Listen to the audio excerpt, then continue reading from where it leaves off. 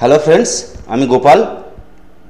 আজ 12 March Nifty bank Nifty Sensex কীভাবে movement করলো, কালকে 13 মার্চ আছে, নিফটির এক্সপায়ারি আছে। কালকে মার্কেটে কীভাবে মুভমেন্ট হতে পারে, কালকে ট্রেডিংয়ের সেট আপ কীভাবে আমরা তৈরি করব, তাই নিয়ে ডিসকাস করার জন্য আজকের এই ভিডিও।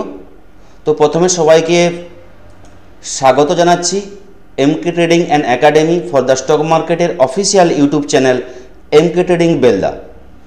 এবং তারপর আপনাদের বলে রাখি, এটা এমকে ট্রেডিংয়ের ডিসক্লেমার দেখে সবাই ট্রেড করবেন।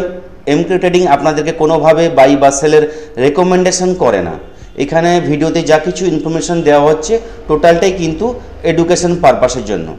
এবার যদি আজকে আমরা মার্কেটে চলে আসি নিফটি অ্যানালাইসিস করতে, আজকে মার্কেট নিফটি কিভাবে ট্রেড করলো, তো সবাই দেখবেন নিফটি আজকে একটা পজিটিভ ওপেন করেছিল, একটা মোটামুটি ঠিকঠাক জায়গায় ওপেন করেছিল, কিন্তু সেই জায়গায় কিন্তু স্টে করতে পারেনি। 22,570-75 একটা হাই তৈরি করেছিল, সেই জায়গা থেকে কিন্তু একটা বড় ডিপ আসে, যেখানে 22,332-320 কাছাকাছি নিফটি চলে আসে ফার্স্ট হাফে। এবং 12টার পর থেকে নিফটি কিন্তু স্টেবল হয়েছে। 12টার পর থেকে মার্কেট যে ডিপ নেমেছিল, সেই ডিপ থেকে কিন্তু অনেকটা উপরে বাউন্স নিয়ে মোটামুটি একটা ভালো জায়গায় ক্লোজিং দিয়েছে। ওভারঅল কিন্তু নেগেটিভ ক্লোজিং দিয়েছে, ভালো বলতে এই নয় যে খুব পজিটিভ ক্লোজিং দিয়েছে। ভালো মানে এই হয়েছে, যেটা বলতে যে ডিপ নেমেছিল বা যে লোতে গেছিলো, সেখান থেকে কিন্তু 12টার পর থেকে একটা রিকভারি এসছে, বাউন্স এসছে, মার্কেটে বায়ার অ্যাক্টিভ হয়েছে এবং কোনোরকমভাবে 22,400-র উপরে ক্লোজিং দিয়েছে এবং 22,470-80 এই জায়গায় কিন্তু লাস্ট মুহূর্তে গেছিলো, 500-র কাছাকাছি গেছিলো, কিন্তু এভারেজ ক্লোজিং 22,468-র কাছাকাছি 22,470-তে নিফটি ক্লোজিং দিয়েছে। ব্যাংক নিফটিও সেই একই জিনিস। ব্যাংক নিফটি মোটামুটিভাবে আজকে পজিটিভ ওপেন করেছিল সকালে।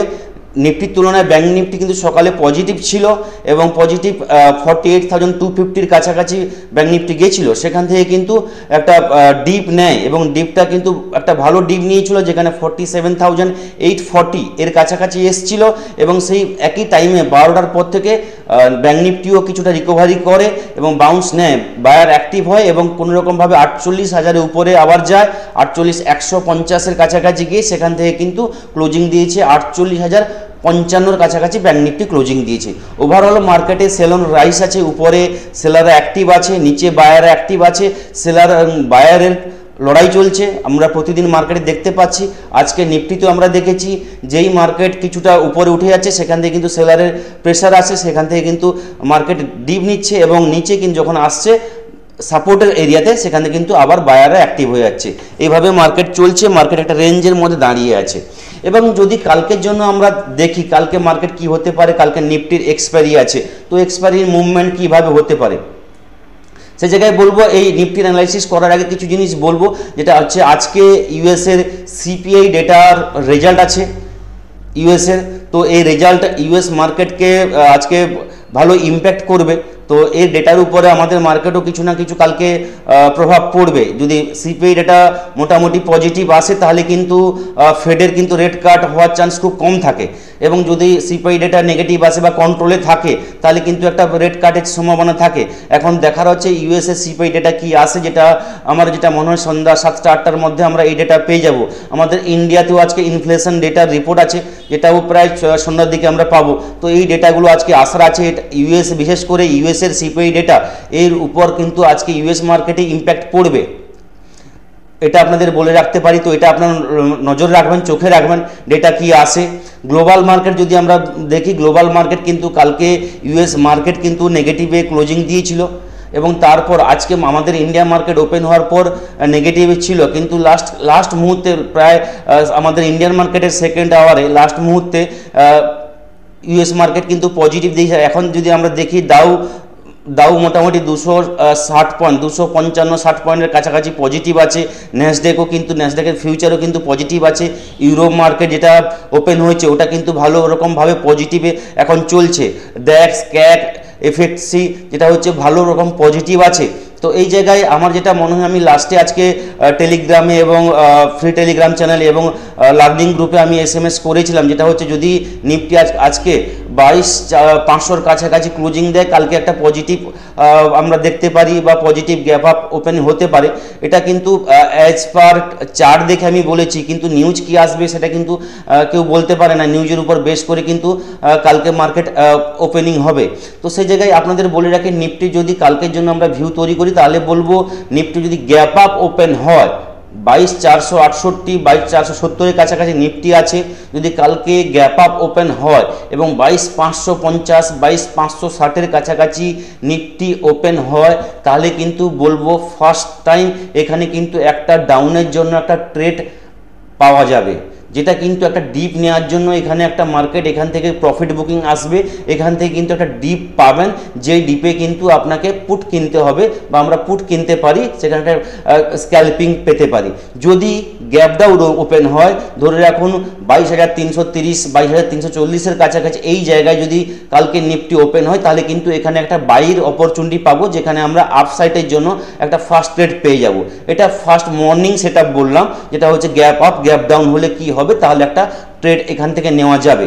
যদি ওভারঅল আমরা কালকের ডেটে বলি, কালকে যেটা আমার মনে হচ্ছে নিফটি 22,670 22,700 এবং 22,300 এই লেভেলের মধ্যে নিফটি কালকে থাকতে পারে।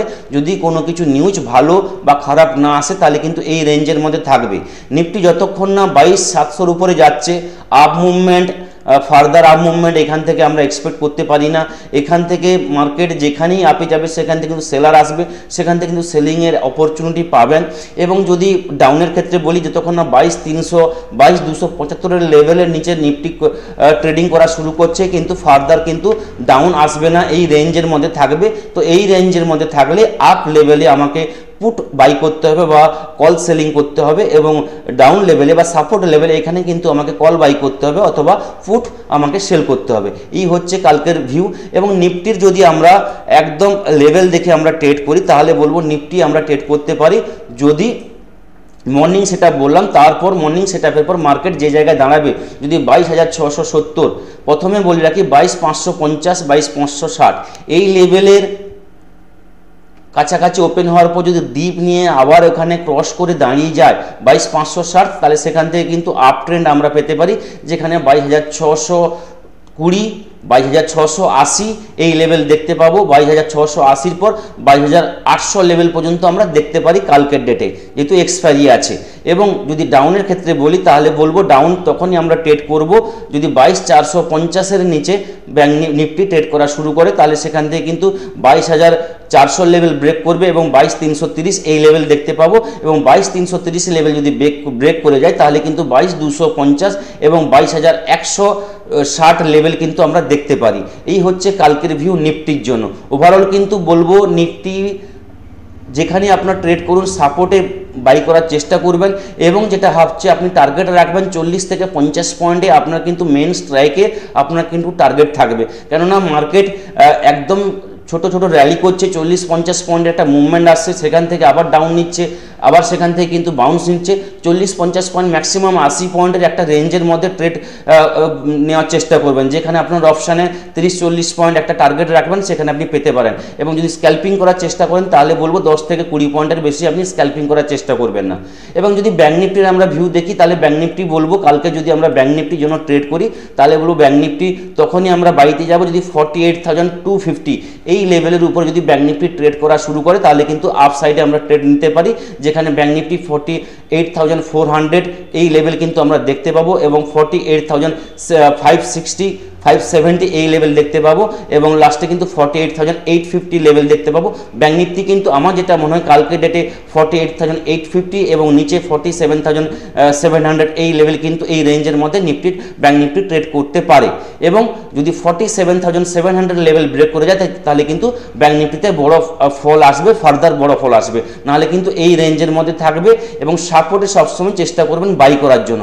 বারবার এই কথাটা বলি, কারণ সাপোর্টে যদি আপনি বাই করেন, তাহলে কিন্তু আপনার রিস্কটা কমে যায়, আপনার রিওয়ার্ডটা বেশি থাকে। তো এটা সবসময় মাথায় রাখবেন। এবং টেলিগ্রাম চ্যানেল আমার ফলো করুন, যেখানে আমি ডেলি বেসিসে কিছু না কিছু সাপোর্ট দিয়ে থাকি। যেখানে ফ্রি কল আমি প্রোভাইড করে থাকি।